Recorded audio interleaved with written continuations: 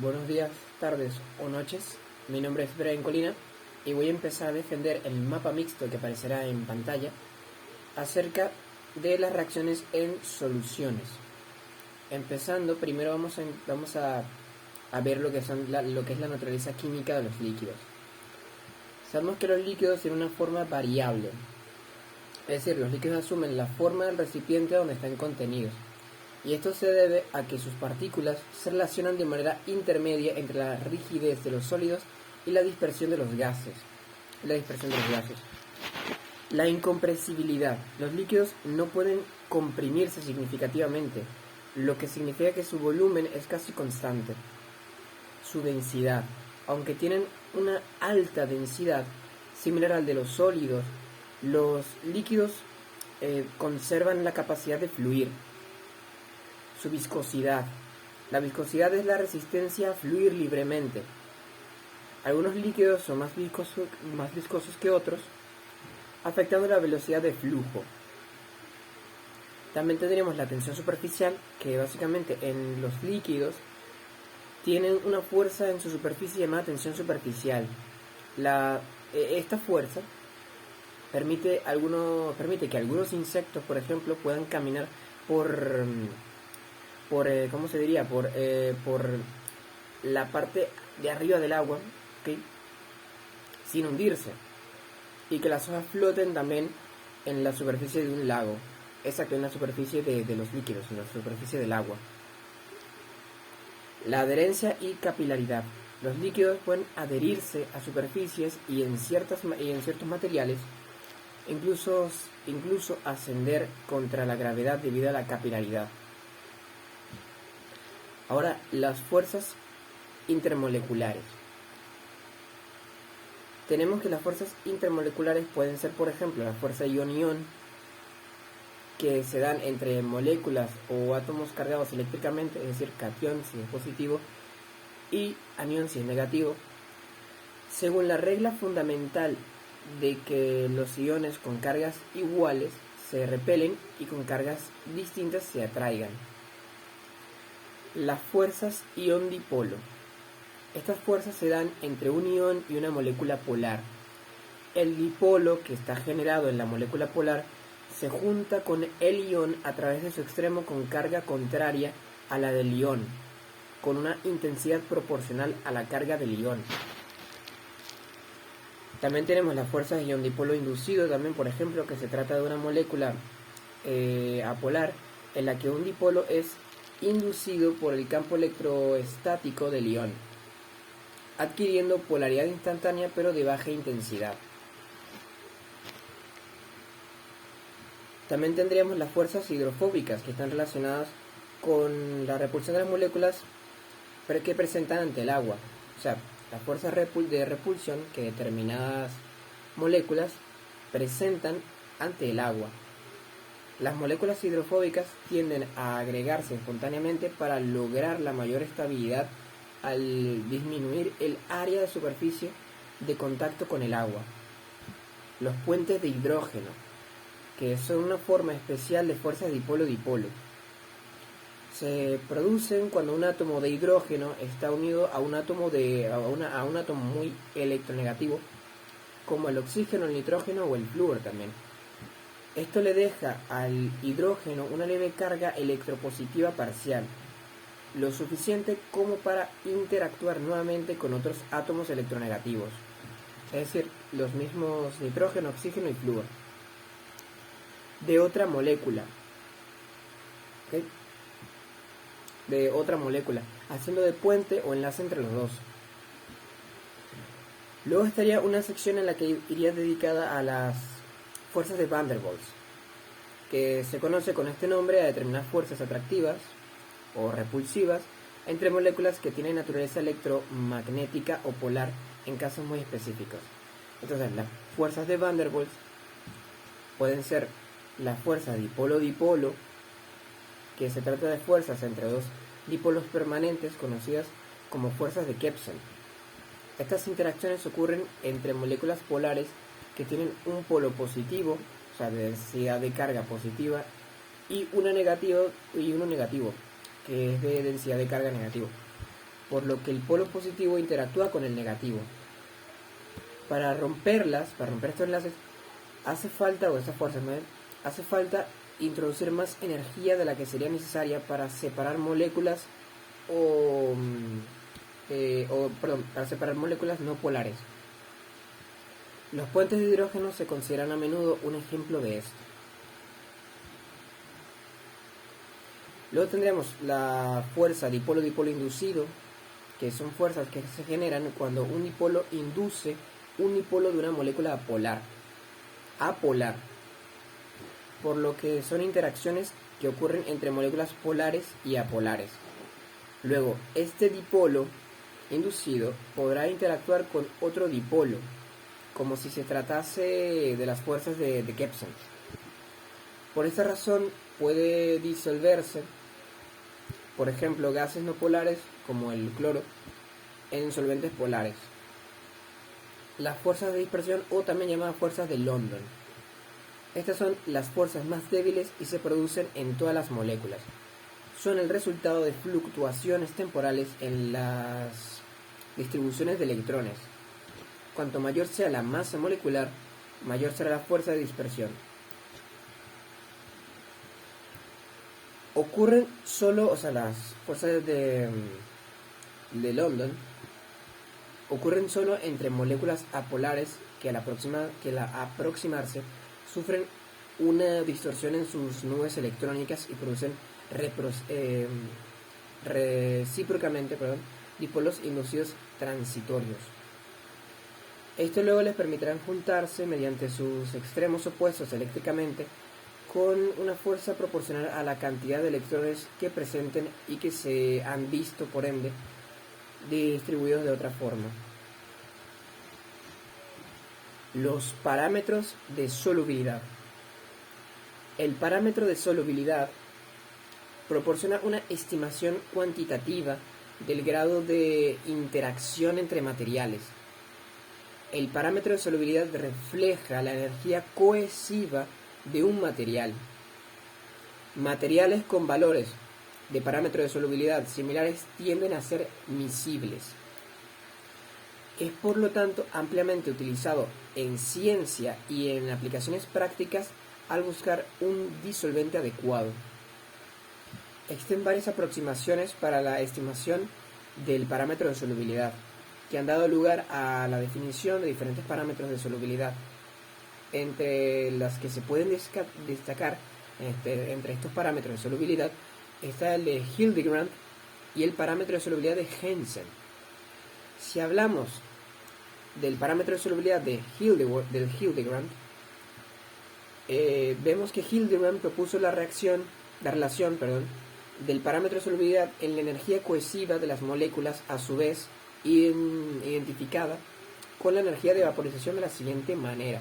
Y aquí podemos ver la fórmula que ideó Hildebrand.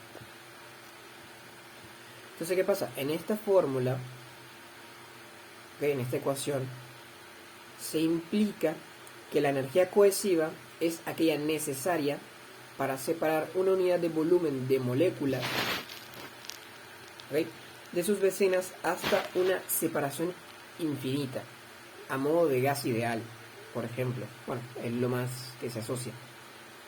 La propuesta de Joel Hildebrand supone que materiales con una capacidad determinada de separarse de ellos mismos, semejantes tenderán a ser miscibles. Luego tenemos el parámetro de solubilidad de Jensen, que este parámetro básicamente se fundamenta en el hecho de que al evaporarse una sustancia, todos los enlaces intermoleculares de una sustancia se rompen. Estos incluyen los enlaces no polares o de dispersión, los enlaces polares o dipolo-dipolo y los puentes de hidrógeno.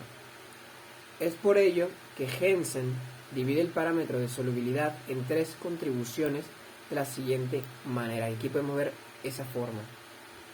Y la suma de estos valores proporciona una descripción más completa de la interacción entre las sustancias. La solvatación de iones y moléculas, nuestro siguiente tema.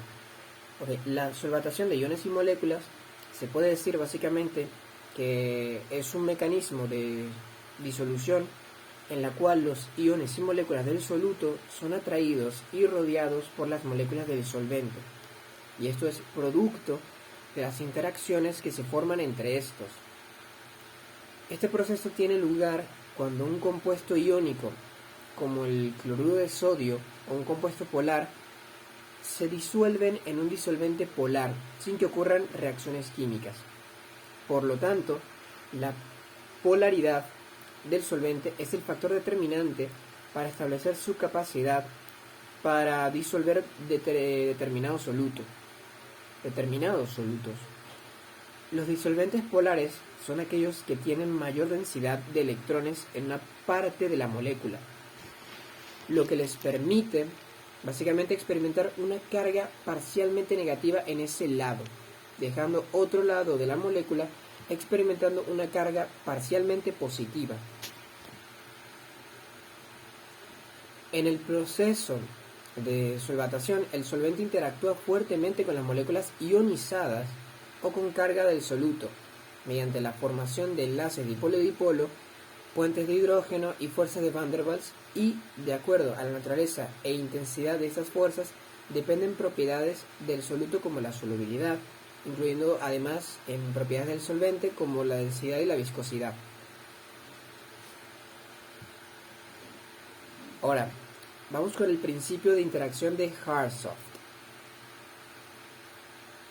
Esto se utiliza ampliamente en química para explicar la estabilidad de compuestos, mecanismos de reacción y vías.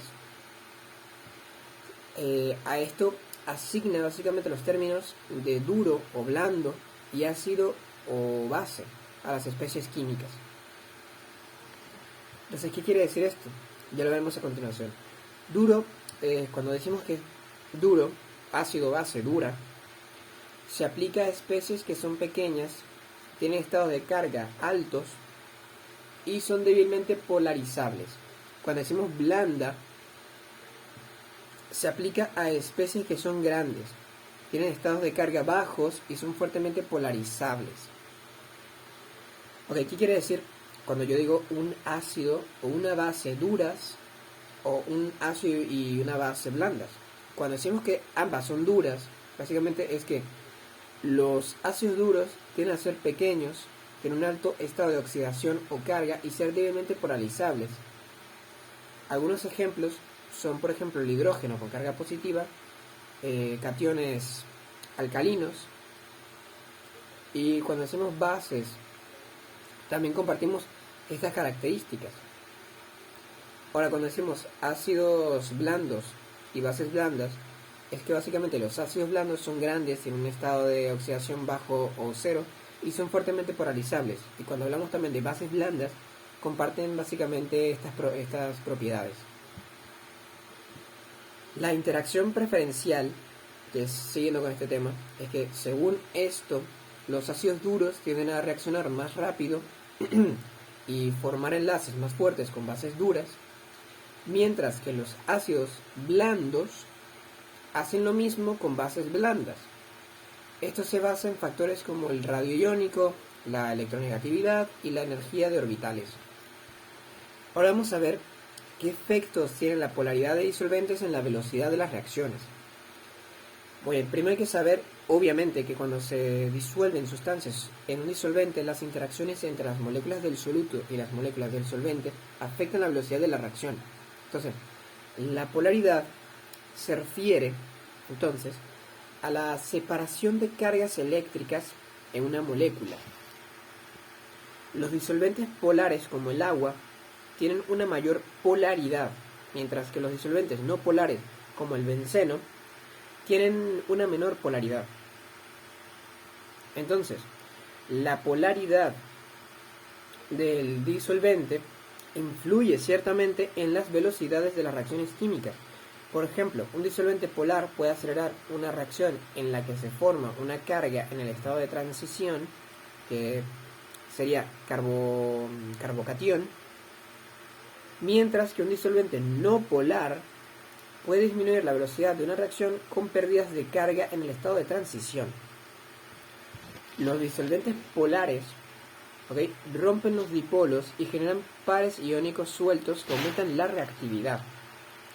Y esto quiere decir, por lo tanto, que la velocidad de reacción, es decir, aumenta la velocidad de reacción, depende de la velocidad de reacción. Esto hace que la velocidad de reacción cambie.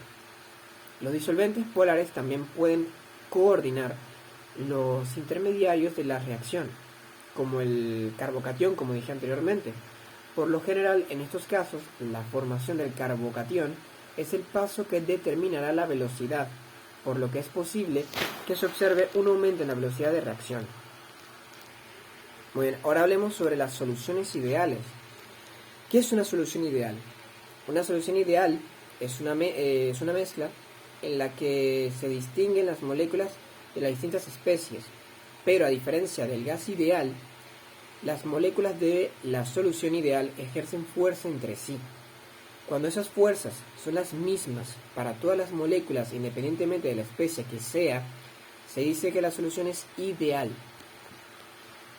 Pero, si tomamos una definición más sencilla de una solución ideal, podemos decir que esta describe como una solución homogénea, o sea, se describe como una solución homogénea, en la que la interacción entre las moléculas de los componentes, es decir, soluto y solventes, o disolventes también, es exactamente igual a las interacciones entre las moléculas de cada componente en sí. Este tipo de soluciones sigue la ley de Raoult en casi todos los niveles de concentración y temperaturas. En una solución ideal no hay cambios significativos en el volumen ni en la energía interna al mezclar los componentes. Ahora, ¿cuál es o cómo es más bien la energía de cohesión de soluciones ideales? Primero hay que saber que las fuerzas de cohesión son las fuerzas que atraen y mantienen unidas a las moléculas. Es básicamente la acción o la propiedad que tienen todas las moléculas de pegarse entre sí, siendo fuerzas de carácter atractivo. Entonces, las soluciones ideales, ¿verdad?, para esta energía de cohesión es igual para todas las moléculas y no hay interacciones específicas entre ellas, debido a que las interacciones entre las moléculas son enérgicamente idénticas. Esto ocurre cuando los componentes son químicamente y estructuralmente similares. Sin embargo, en soluciones reales, por ejemplo, las interacciones pueden variar según los componentes involucrados. Con esto me despido, espero que tengan un buen día.